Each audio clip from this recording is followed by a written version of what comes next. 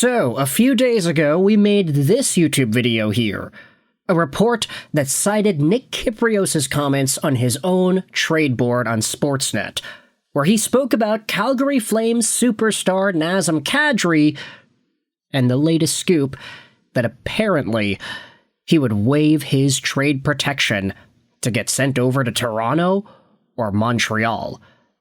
That was the scoop that Nick Kypreos gave us, and we dove into just the ins and outs of that. We had talked about Kadri as a player. We discussed how he could be a fit for either of these two NHL teams in Toronto or in Montreal.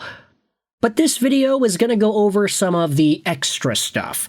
It's going to dive into what Kadri's response actually has been to the trade rumors themselves.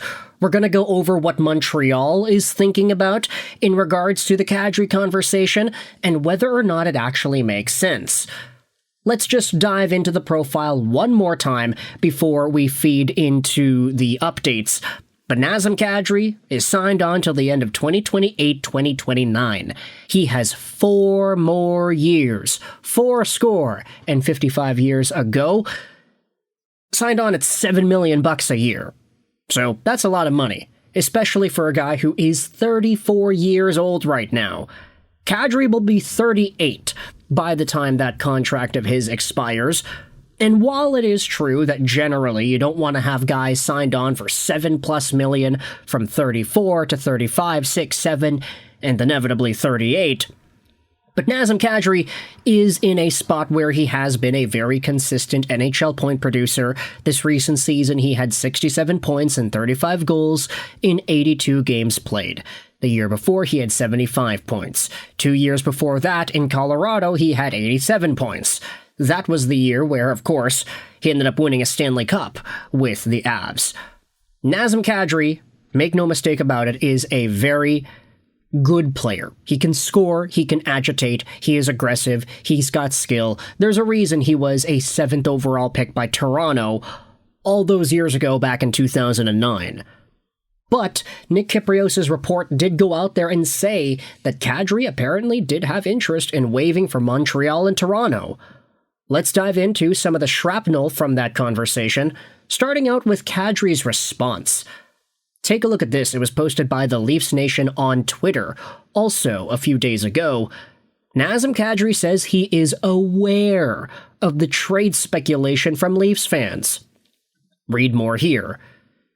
The quote from Kadri via The Night Shift goes out there and says it's happened quite often over the last couple of months.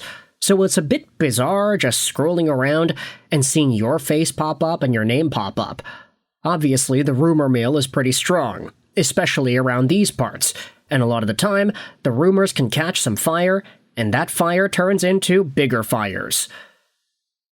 Now, I'm just going to say it right here. Nazem Kadri, great job shutting down the rumors, man. That is totally not what he did. He's fanning the flame. He's taken that flame, tossing a bunch of oil into it, and he's saying, yeah, look at that, it's a big fire.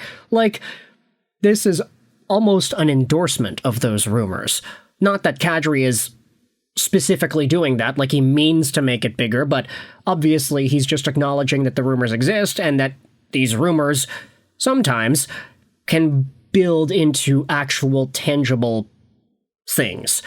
If we go over to the actual article that was written about here, there are some extra comments from Kadri himself. Unless I live in a box, I think I would hear it. I've certainly heard lots of speculation for sure.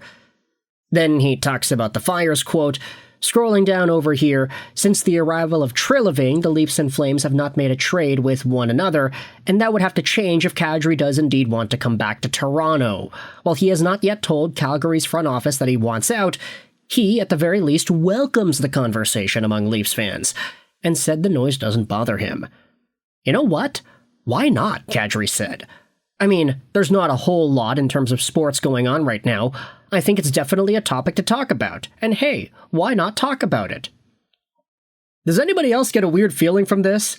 Like, this guy is straight up saying, yeah, you could talk about trading for me. Go ahead. There's nothing else going on. Why not talk about the idea of me coming back over to Toronto? Yeah, like, he is so enthusiastic verbally about this stuff. And it's not like he's encouraging that he wants out or anything. It's just like, yeah, you could talk about it. Go ahead. I'm giving you the pass to talk about me getting traded to Toronto of all teams. He does say as well that Calgary's a great city, especially for my family, etc., etc. So he needs to kind of backtrack a little bit and be like, yeah, no, it's good in Calgary. It's fine. I like it here. My family likes it here. But if you want to talk about me going over to Toronto, that's fine too. Like, there's a very weird flavor to the way these comments came out of Nazem Kadri on the Night Shift show. So, with that in mind, let's head over to the Montreal angle of it all. Because not only is Toronto mentioned in a bunch of Kadri trade talk, but also there was this, posted by the Sick Podcast with Tony Marinaro and Jimmy Murphy on as a guest. Why would the Habs be interested in 34-year-old Nazem Kadri? Jimmy Murphy went out there and said, talking to a team source within the Canadiens, there's no interest there right now.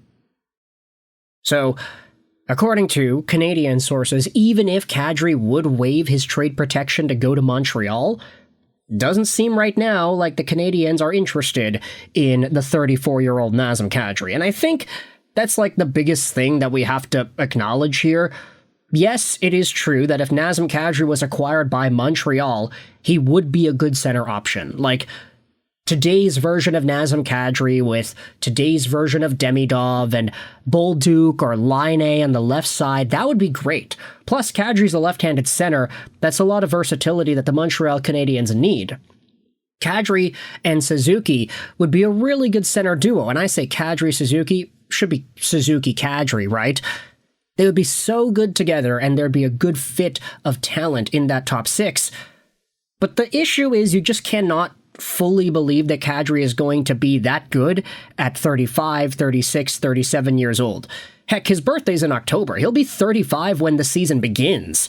So the fact that Kadri is already old works against him.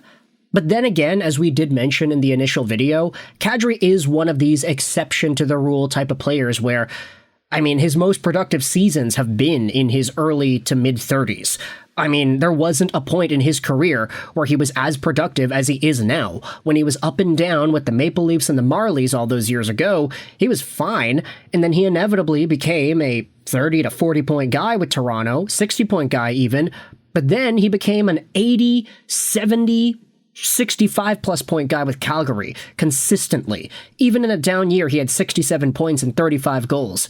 Kadri is getting better as he's getting older, and the only question is, how far is that going to take him into his mid to late 30s? The contract goes on till 2029, so he has a lot of breeding ground to be able to give us the answers to that question. It's just a matter of whether or not Montreal is going to be the team to allow him that range to do it on. So, for Kent Hughes and the Habs, obviously the idea that they are trying to get younger and they want to build this core with guys in the Suzuki age range. Suzuki was drafted in 2017, Caulfield was 2019, Slavkovsky was 2022, Demidov was 2024, Hudson was 2022, excuse me. Like, there's a lot of people in the Canadiens organization that are good, that are in that range. Noah Dobson, he's 2018 drafted. Nazem Kadri was all the way back in 2009. So he would be so out of place in terms of the timeline of players that the Canadiens are trying to capitalize on and build with. That's the biggest obstacle here, plus the dollar amount and the long-term contract. But if you're just talking about, like, the 2024-2025 version of Kadri, oh yeah, add on a 70-point center for the Montreal Canadiens. Add a 35-goal center for the Habs, and that team is looking a lot better. You just cannot be too guaranteed sure that Kadri is going to continue doing that into the next few years. I do think he is an exception to the rule player. I do think it's possible for him to continue just being good, but you can't guarantee it. And so for Kent Hughes and the Habs, I can understand Jimmy Murphy's assessment here where he says that, yeah, sources in the Canadiens say they're not interested. With that in mind, though, is Toronto an appropriate fit? he seems to even talk about how this seems to be talked about. So if you're a Leafs fan or a Habs fan or a Flames fan as well, what are your thoughts on this Nazem Kadri trade update, how Kadri himself spoke out about the trade speculation, and how the Canadiens seem to not be interested in this guy? Let me know your thoughts in the comment section below. I hope you enjoyed this video. And bye.